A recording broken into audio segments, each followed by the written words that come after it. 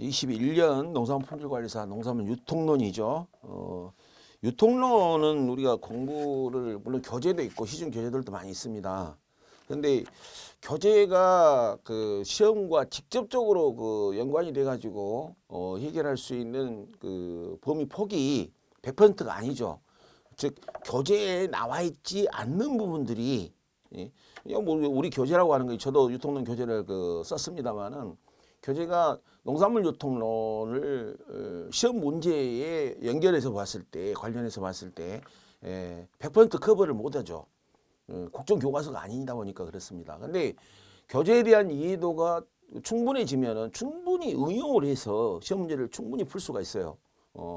그리고 시사상식적인 문제도 꽤 많이 나와요. 유통론에서는 유통이라고 하는 범위가 사실은 상품의 그 생산으로부터 생산 이전의 기획 단계까지 들어가잖아요. 생산해서 판매 이후에 피드백까지, AS까지 모든 부분이 우리가 소위 말하는 유통이라고 하는 게 상품의 흐름을 얘기하잖아요.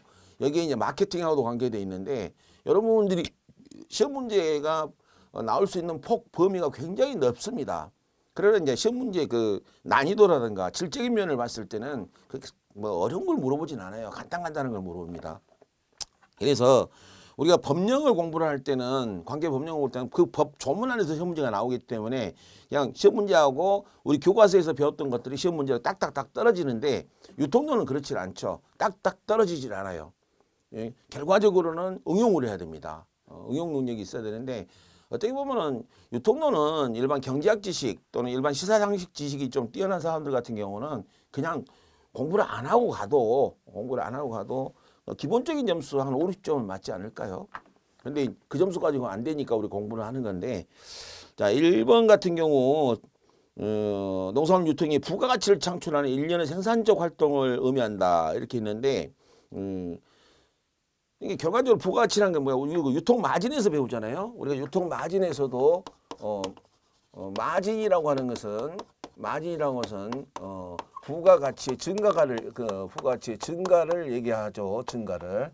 이게 이제 가격의 증가가 이루어지는 거잖아요. 최초 생산자 가격에서 최후 소비자 가격을 뺀 부분이 유통 마진으로 떨어지지 않습니까? 여기는 이제 이윤도 있고 비용도 있어요. 포함이 돼요. 그러면 이런 생산적 활동을 어떻게 연결되어 있느냐 하는 것들이거든요. 그래서 가치사슬이라는 표현이 나오는데 이건 제가 쓴 교재에는 이런 그 용어가 없어요. 나머지 뭐 같은 경우 푸드 시스템이나 공급망, 마케팅 비일이라고 하는 것은, 비일은 뭐 돈을 의미하기도 하고 조약이나 약관을 얘기도 합니다. 그래서 마케팅 비일이 정확히 뭐 어떤 의미인지를 잘 모르겠어요. 그래서 마케팅이 이루어지는 과정에서 어떤 그 생산자 또는 유통업자 간의 그 연결된 약관, 조항 이런 걸 얘기하는 것인지 잘 모르는데 제가 인터넷 찾아봐도 마케팅 비율이 정확하게 뭔지는 모르겠어요. 푸드 시스템 같은 경우는 우리가 다 알고 있잖아요. 식재료들이 이렇게 전달되는 과정의 시스템을 얘기하는 거고, 공급망은 공급 체계를 얘기하는 거잖아요.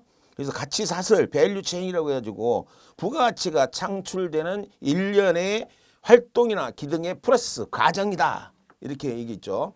그래서 주활동과 지원활동으로 이렇게 구분이 되는데, 제가 말씀드렸지 우리 교재에서 1대1로 바로 잡을 떨어졌을 문제들이 있는가 하면은 이렇게 생뚱맞은 문제들도 있다는 건데, 그러면 이런 문제를 어떻게 풀 것인가? 그러면 여러분들의 상상력을 동원을 해야 돼요. 생산적 활동, 부가가치를 창출해가는 어떤 유통 마진을 창출해가는 생산적 활동이 유통 마진이니까 이 가격이란 말이 나왔잖아요. 이거 밸류. 가격과 가치는 또 똑같은 개념은 아니에요. 가치가 금전화된 것이 가격이죠. 가치를 어떤 게 가치가 있다. 그러면 이거 금전으로 환산한 것이 가격이잖아요. 가치가 없는 것은 가격이 존재하지 않죠. 그래서 거기에 대한 문제가 나왔어요. 그래서 이런 문제들이 여러분들이 시험장에 가게 되면 특히 유통론에서는 여러분들 스스로 해결해야 될 문제들이 많이 나옵니다. 한 40% 정도 많으면은, 적으면 한 20, 30%는 나온다고 봐야 돼요. 그러면 이걸 갖다가 어떻게 풀 것인가 포기하지 마시고 생각을 해야 돼요. 생각을. 그래서 제가 그 1차 과목을 반드시 합격하기 위해서는 그러니까 여러분들 원예 재배학 같은 경우도 그 공부 양이 많잖아요.